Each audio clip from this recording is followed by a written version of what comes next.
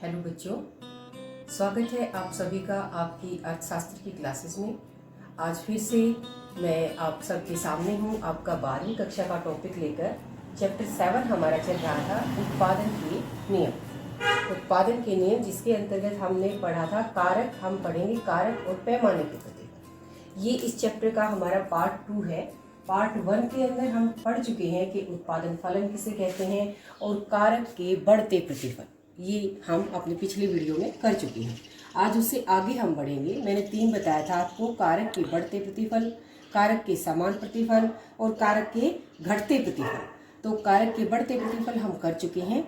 क्या किया था हमने कि वो स्थिति जिसमें हम एक परिवर्तनशील कारक की जब अतिरिक्त इकाई का प्रयोग करते हैं एक स्थिर साधन के साथ, जैसे मैंने बताया था भूमि स्थिर साधन है, इस स्थिर साधन के साथ हम एक परिवर्तनशील साधन की मात्रा को जैसे जैसे बढ़ाएंगे तो कुल उत्पादन अगर बढ़ती दर से बढ़े, बढ़ते प्रतिफल के बारे में मैं बात कर रही हूँ, अगर कुल उत्पादन बढ़ती दर से बढ़े तो वो बढ़ते प्रतिफल का नियम है।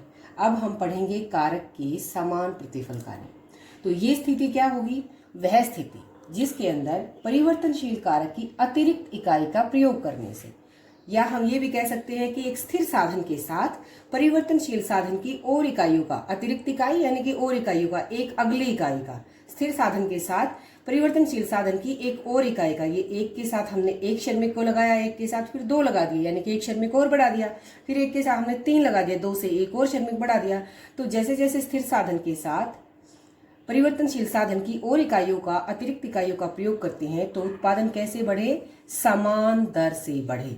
उसे क्या कहेंगे हम? कारक के समान प्रतिफल का नियम। देखिए, ये इसकी डेफिनेशन हुई। डेफिनेशन बिल्कुल आसान है। बढ़ते प्रतिफल के नियम में यहाँ हमने बढ़ती दर से कहा था, समान प्रतिफल में हम यहाँ समान दर कहेंगे। तो ऊपर का हमारा बिल्कुल सेम हो सकता है। वो स्थिति जिसमें परिवर्तनशील कारक की अतिरिक्त इकाई का प्रयोग करने से उत्पादन अगर बढ़ती दर से बढ़े तो बढ़ता प्रतिफल, समान दर से बढ़े तो समान प्रतिफल। अब इसे तालिका और चित्र के माध्यम से समझते हैं कारक के समान प्रतिफल के नियम को। ये मैंने बताया हमारा भूमि है जो कि एक स्थिर साधन है, इसके अंदर हम चेंज नहीं करेंगे। ये श्रम है जो कि हमारा परिवर्तनशील साधन है, जिसको एक एक करके हम बढ़ाएंगे।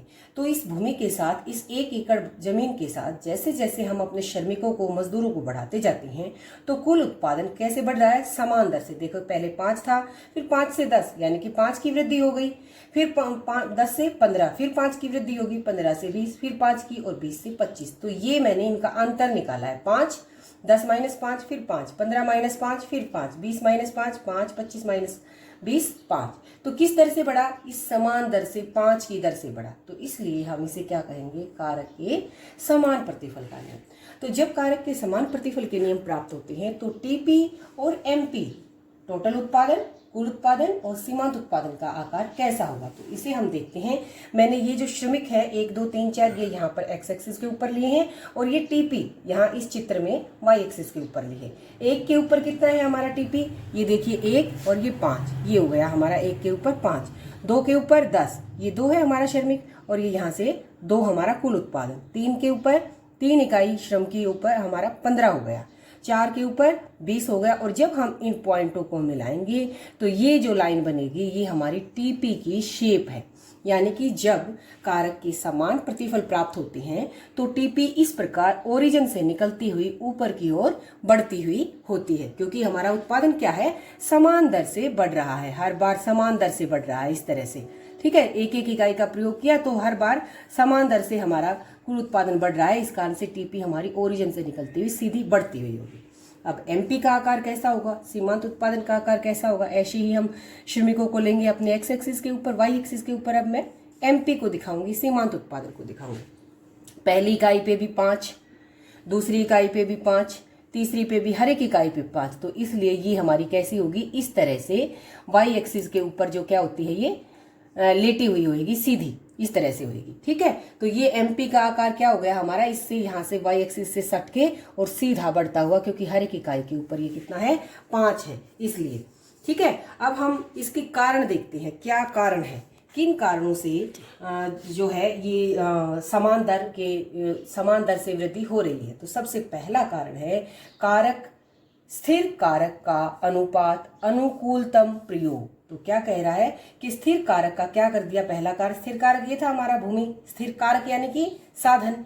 तो समान दर से वृद्धि क्यों हुई, समान प्रतिफल क्यों प्राप्त हुई, क्योंकि जो स्थिर साधन था, जो भूमि थी, उसका हम अब अनुकूलतम प्रयोग करने लग गए। अनुकूलतम जैसे हमने पिछले बढ़ते प्रतिफल में पढ़ा था पूर्ण प्रयोग। जब मैंने बताया कि मान लिया 1 एकड़ है, एक ही श्रमिक को लगाया, पहले हो सकता है भूमि ज्यादा थी, इस एक आदमी के से सारा काम संभव नहीं हो पा रहा था, ये अच्छे से काम को नहीं कर पा रहा था, लेकिन जैसे जैसे श्रमिकों की संख्या बढ़ी तो ये उस 1 एकड़ भूमि को बहुत अच्छे से उसका इस्तेमाल करने लगे। इस 1 एकड़ भूमि के बजाय मान लिया मैं इसको एक मशीन लगाऊं, जैसे मैंने आपको सिलाई मशीन का भी दिखाया था, तो भाई एक आदमी थकता भी था, हारता भी था, कुछ टाइम वो रेस्ट भी करता था। जब 1 से 2 हुए, 2 से 3 हुए, 3 से 4 हुए, तो वो उसका बहुत अच्छे से, या हम ये कह सकते हैं अनुकूलतम या बेस्ट यूज अब उसका वो करने लग गए। यानी कि जो स्थिर साधन था, अब उस साधन का प्रयोग सबसे बेस्ट जो हो सकता है वो होने लग गया। इस वजह से अब उत्पादन कैसे बढ़ रहा है, समान दर से बढ़ रहा है। तो ये पहला कारण है कारक के समान प्रतिफल का। बढ़ते प्रतिफल में यहाँ हमने पूर्ण प्रयोग लिखा था, स्थिर कारक का पूर्ण प्रयोग होने लग गया, अब बेस्ट होने लग गया, अनुकूलतम होने लग गया, यानी कि इससे और ज्यादा अच्छा, और ज्यादा ऊपर नहीं जा सकता, बेस्ट हो गया।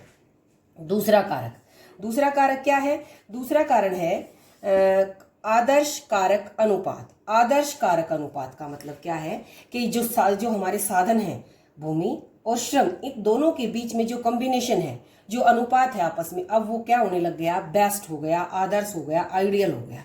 पहले क्या था, एक साधन ज्यादा था, दूसरा साधन कम था। जैसे जैसे इस साधन को भी हमने बढ़ाया तो इन दोनों के बीच में जो अनुपात है वो अब आपस में क्या हो गया, आइडियल हो गया, बेस्ट हो गया। इस वजह से अब कुल उत्पादन क्या हो रहा है, समान दर से बढ़ रहा है। पहले एक साधन ज्यादा मात्रा में था, दूसरा कम मात्रा में था, अब दोनों का कॉम्बिनेशन उचित हो गया, बहुत सही हो गया। इस वजह से क्या हो रहा है, हमारा उत्पादन समान दर से बढ़ रहा है। तो पहला कारण स्थिर कारक का अनुकूलतम प्रयोग, दूसरा कारण आदर्श कारक अनुपात दोनों के बीच में स्थापित हो गया, स्थिर साधन के बीच में भी और परिवर्तनशील साधन के बीच में भी।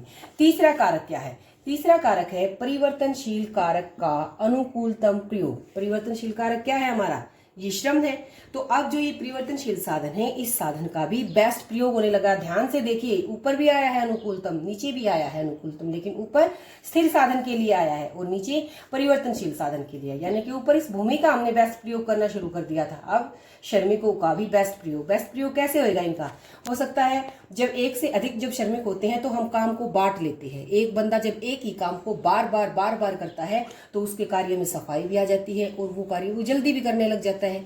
जैसे मान लिया मैंने सिलाई का ही बताया था, एक आदमी जब हर बार सिर्फ कटिंग का काम करेगा, एक आदमी सिर्फ सिलाई का काम करेगा, तो हमारे उस काम में सफाई इतनी ज्यादा आ जाती है और हम उस काम को तेजी से भी करने लगते हैं। अर्थशास्त्र में इस कार्य को श्रम विभाजन बोलते हैं। हमने काम का बंटवारा कर लिया, ठीक है। काम का बंटवारा करने से समय की भी जल्दी और वो बहुत कुशलता के साथ भी काम होता है। तो इन दो कारणों से, परिवर्तनशील कारक के अनुकूलतम प्रयोग करने से, स्थिर कारक के अनुकूलतम प्रयोग करने से और दोनों के बीच में बेस्ट कॉम्बिनेशन, बेस्ट अनुपात होने की वजह से क्या हुआ है, हमें कारक के समान प्रतिफल प्राप्त हुए हैं। तो ये हमारा दूसरा नियम हो गया, कारक के बढ़ते प्रतिफल कर चुके हैं, कारक के समान प्रतिफल। अब हमारा तीसरा आता है कारक के ये कारक है हमारा कारक के घटते प्रतिफल, ठीक है, कारक के घटते प्रतिफल। अब पहले इसकी भी हमें क्या करनी चाहिए, डेफिनेशन करनी चाहिए। तो डेफिनेशन ऊपर से ही होगी, कारक वह स्थिति जिसमें परिवर्तनशील कारक की अतिरिक्त इकाई का प्रयोग करने से उत्पादन में कैसे वृद्धि हो, क्योंकि घटते आ गया प्रतिफल, इसलिए लिखेंगे हम समान दर की जगह पर घटती दर से वृद्धि हो, ठीक है। बढ़ते प्रतिफल में बढ़ती दर से वृद्धि हो, समान प्रतिफल में समान दर से वृद्धि हो और घटते प्रतिफल में घटती दर से वृद्धि हो। बाकी की सेम परिभाषा रहेगी, वह स्थिति जिसमें स्थिर साधन के साथ परिवर्तनशील कारक की अतिरिक्त इकाई का प्रयोग करने से उत्पादन कैसे बढ़े, घटती दर से बढ़े, तो उसे कहेंगे हम घटते प्रतिफल का नियम। तो ये हमारी परिभाषा हो जाएगी।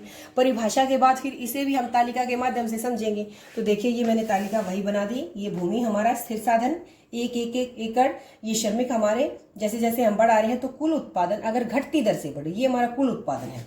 ये देखिए, पहली इकाई के ऊपर 5 क्विंटल मान लिया अनाज का उत्पादन होता है, तो दूसरी इकाई पे 5 से 8 हो गई, तो 8 - 5 कितना आएगा, 3।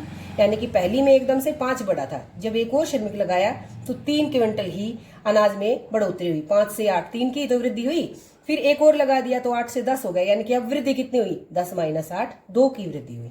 फिर एक और लगा दिया तो 10 से 11 हो गया, तो वृद्धि कितनी हुई, 1। तो ध्यान से देखने की चीज ये है कि कुल उत्पादन बढ़ रहा है, 5 से 8 हो गया, 8 से 10 हो गया, 10 से 11, लेकिन घटती दर से बढ़ रहा है। पहले 5 बढ़ा, फिर सिर्फ 3 ही बढ़ा, फिर 2 ही बढ़ा, ठीक है, 10 माइनस 8, फिर 1 ही बढ़ा, और फिर 1 भी नहीं बढ़ा, 11 का 11 ही रह गया। 4 से 5 श्रमिक जब हमने लगाए तो हमारे उत्पादन में, कुल उत्पादन में कोई वृद्धि नहीं हुई। पहले भी 11 था, बाद में भी 11 हो गया, और फिर अभी अगर हम छठा लगा देते हैं तो क्या हुआ, ये 10 है हमारा, 10 है, तो क्या हो गया, घटकर 11 से घटकर 10 हो गया, यानी कि -1 कमी और आ गई हमारे उत्पादन के अंदर।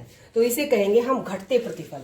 जब एक स्थिर साधन के साथ परिवर्तनशील साधन की अतिरिक्त इकाइयों का प्रयोग करते हैं तो कुल उत्पादन घटती दर से बढ़े, उसे कहेंगे हम घटते प्रतिफल का नियम। तो अब इस टीपी को और एमपी को, दोनों को हम चित्र के माध्यम से समझेंगे। यहाँ वही हमारे श्रम की इकाइयां हैं, 1 2 3 4 5 6 तक, और ये टीपी पहली इकाई के ऊपर 5, तो ये पहली इकाई के ऊपर ये यहाँ पर 5 है, दूसरी इकाई के ऊपर 8, तीसरी इकाई के ऊपर इसको जब हम ड्रॉ करेंगे तो ये इस तरह की शेप मिलेगी। शुरू में क्या हो रहा है, बढ़ रहा है, यहाँ तक हमारा ये बढ़ा था, चाहे धीरे धीरे बढ़ा हो, बढ़ा था।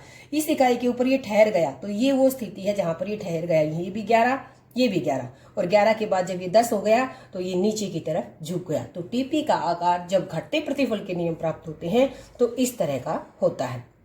पहले हल्के हल्के धीरे धीरे बढ़ेगा, फिर ठहरकर पीक पर पहुंचकर अधिकतम होकर गिरना शुरू कर देगा। तो ये हमारा टोटल उत्पादन, कुल उत्पादन का आकार होगा। अब सीमांत उत्पादन देखिए, पहली इकाई के ऊपर ये पहली इकाई के ऊपर 5, दूसरी इकाई के ऊपर 3, ये दूसरी इकाई के ऊपर 3, तीसरी इकाई के ऊपर 2, ये तीसरी इकाई, और ये तीसरी इकाई के ऊपर 2, और चौथी इकाई के ऊपर ये 1, यहाँ से चौथी इकाई ये 1, और पांचवी इकाई के ऊपर ध्यान से देखिए 11 माइनस 11 0, तो पांचवी इकाई के ऊपर ये यहाँ पर है हमारा 0, और छठी इकाई के ऊपर -1, ये नीचे चला गया एक्स एक्सिस से नीचे। तो इसको जब हम मिलाएंगे तो एमपी क्या हो गई हमारी, यहाँ भी टच करी, यहाँ भी टच करी, तो एमपी ये जो ऊपर का हिस्सा है ये हमारी धनात्मक है, पॉजिटिव है, बढ़ रही है, चाहे कितनी भी बढ़ी हो, घटती दर से बढ़ रही है। और ये 0 है, जब बिल्कुल बढ़ना 0 हो गया, 0 हो गया, और ये घटने शुरू हो गया हमारा कुल उत्पादन, इसलिए ये नीचे की तरफ चली गई। तो एमपी का आकार कैसा होएगा, जब घटते प्रतिफल की दर प्राप्त होंगे तो जैसे मांग का नियम होता है, बाएं से दाएं नीचे की ओर गिरता हुआ, ठीक है, इस तरह से, और 0 भी होएगा और नेगेटिव भी होएगा। तो ये हुआ हमारा कारक के जब घटते प्रतिफल प्राप्त होते हैं तो कुल उत्पादन का की शेप कैसे बनेगी, और एमपी सीमांत उत्पादन की शेप कैसे बनेगी, ऐसे घटती हुई बनेगी। अब इस नियम के लागू होने के क्या कारण हैं, तो पहला है इस नियम का कारण उत्पादन के स्थिर कारक। पहला, उत्पादन के स्थिर कारक कौन से हैं, जैसे मैंने बताया भूमि, जैसे मैंने बताया कि एक क्या हो, सिलाई मशीन हो, तो वो क्या है, स्थिर साधन है, उसके अंदर हमने कोई वृद्धि नहीं की थी।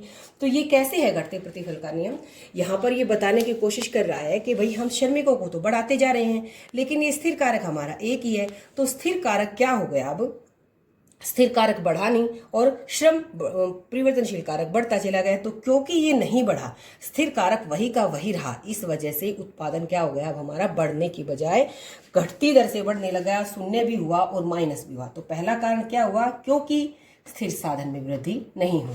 तो पहला कारण उत्पादन के स्थिर कारक जो कि स्थिर है, जो कि बढ़ नहीं रही, तो इसलिए इसने क्या कहा, स्थिर है, फिक्स है, ये बढ़ नहीं रहे, इस कारण से पहला क्या हो गया कि हमें घटते प्रतिफल के नियम प्राप्त हुए। दूसरा कारण अपूर्ण कारक स्थानापन्नता शब्द का मैंने बताया था कि जिनका हम एक दूसरे के स्थान पर प्रयोग कर सकते हैं। तो स्टार्टिंग में तो क्या हुआ, हमारे पास भूमि भी 1 एकड़ थी, मजदूर भी एक था, हमने एक श्रमिक को बढ़ाया, फिर एक और को बढ़ाया, तो क्या स्थानापन्नता का मतलब होता है एक दूसरे के स्थान पर प्रयोग। लेकिन थोड़ी बहुत मात्रा में तो ये पॉसिबल है कि भाई हम मान लिया पूरी भूमि का अच्छे से प्रयोग नहीं हो पा रहा, तो 1 से 2 श्रमिक होकर, 2 से 3 श्रमिक होकर हमने उसका अच्छे से प्रयोग किया, तो हमारे उत्पादन में कुछ बढ़ोतरी हो गई। लेकिन ऐसा थोड़ा ही संभव है कि भूमि हमारे पास हो ही नहीं और हम श्रमिकों की, मजदूरों की भीड़ इकट्ठी कर दें, तो कैसे बढ़ोतरी होगी हमारे कुल उत्पादन के अंदर। तो दूसरा कारण ये क्या बता रहा है कि जो स्थिर साधन है और जो परिवर्तनशील साधन मजदूरी है, इनका हम एक दूसरे के स्थान पर अपूर्ण स्थानापन्नता है, कुछ मात्रा में प्रयोग करके हम अपनी इसकी उपजाऊ क्षमता को बढ़ा सकते हैं, लेकिन ये नहीं कि भाई भूमि हो ही नहीं या भूमि बहुत कम हो और श्रमिकों की संख्या बहुत अधिक हो, तो इनके अंदर आपस में एक दूसरे के स्थान पर प्रयोग करना अपूर्ण है। बिल्कुल एक दूसरे के स्थान पर प्रयोग हम इनका नहीं कर सकते। तो दूसरा कारण, दोनों के बीच में जो स्थिर साधन है और जो परिवर्तनशील साधन है, उन दोनों के बीच में आपस में स्थानापन्नता बहुत कम है, अपूर्ण है। तीसरा कारण, कारकों की कम समन्वयता। समन्वयता होती है एडजस्टमेंट, यानी कि एक दूसरे के बीच में आपस में, पहले तो इनके बीच में देखो एक था, धीरे धीरे इनकी एडजस्टमेंट अच्छी हुई थी, बड़ी हुई थी। आपको ध्यान हो, मैंने बढ़ते प्रतिफल में बताया था कि भैया पहले से अच्छी हो गई इनकी एडजस्टमेंट, ठीक है। यहाँ पर मैंने दूसरे में बताया था कि अब इनकी बेस्ट हो गई समन्वयता, एडजस्टमेंट आपस में। लेकिन अब क्या हो गया कि जब एक स्थिर साधन के साथ बहुत तेजी ज्यादा हम ये बढ़ाते जाएंगे, तो वो बढ़ने की बजाय, वो अच्छी होने की बजाय बिगड़ती चली गई। देखिए मैं बताती हूँ आपको कि मान लिया आप उदाहरण ही लो कि भैया 1 एकड़ जमीन ही है, हमने शुरू में इसके ऊपर 1, 2, 3 ऐसे श्रमिक बढ़ाए तो हमारा उत्पादन बढ़ा। जब एक सीमा के बाद श्रमिकों की संख्या बहुत ज्यादा हो जाती है और भूमि का टुकड़ा वही रहेगा, तो आप इमेजिन ऐसे भी कर सकते हो कि हो सकता है अब वो आपस में पहले काम के लगे रहते थे, अब वो इतने ज्यादा हो गए कि वो अब काम ही नहीं कर रहे, आपस में बातों में लगे रहते हैं। एक दूसरे को काम को करने की बजाय वो एक दूसरे के काम में रुकावट पैदा कर रहे हैं। तो इस वजह से क्या हो गई, जब ज्यादा मात्रा में श्रमिकों की संख्या बढ़ जाती है और भूमि हमारा वही स्थिर रहता है, तो जो साधन है उनमें आपस में समन्वयता, एडजस्टमेंट क्या हो गई, कम हो गई। तो इसलिए एक सीमा के बाद क्या होता है कि जब हम एक स्थिर साधन के साथ परिवर्तनशील साधन की मात्रा को बढ़ाते हैं, तो कारकों का समन्वयता, एडजस्टमेंट कम होने लगती है, जिससे हमें घटते प्रतिफल के नियम प्राप्त होते हैं। तो हमने तीनों नियम पढ़े हैं, कारक के बढ़ते प्रतिफल, कारक के समान प्रतिफल और कारक के घटते प्रतिफल। तीनों के अंदर मोस्ट इंपोर्टेंट थिंग जो है वो ये है कि भाई इनके कारण क्या है। कारणों में से बहुत बार प्रश्न पूछे जाते हैं। डेफिनेशन बहुत आसान है, हर एक के अंदर सिर्फ दर लिखना है हमें। जब बढ़ती दर से कुल उत्पादन बढ़े तो बढ़ते प्रतिफल, समान दर से उत्पादन बढ़े तो समान प्रतिफल और घटती दर से बढ़े तो घटते प्रतिफल। तो आज के लिए इतना ही, हमने अपने तीनों प्रतिफल कर लिए हैं। अब नेक्स्ट जो हमारी वीडियो होगी उसके अंदर हम परिवर्तनशील जो कारक अनुपात का नियम है उसे पढ़ेंगे। तो आज के लिए इतना ही, आप सभी का धन्यवाद।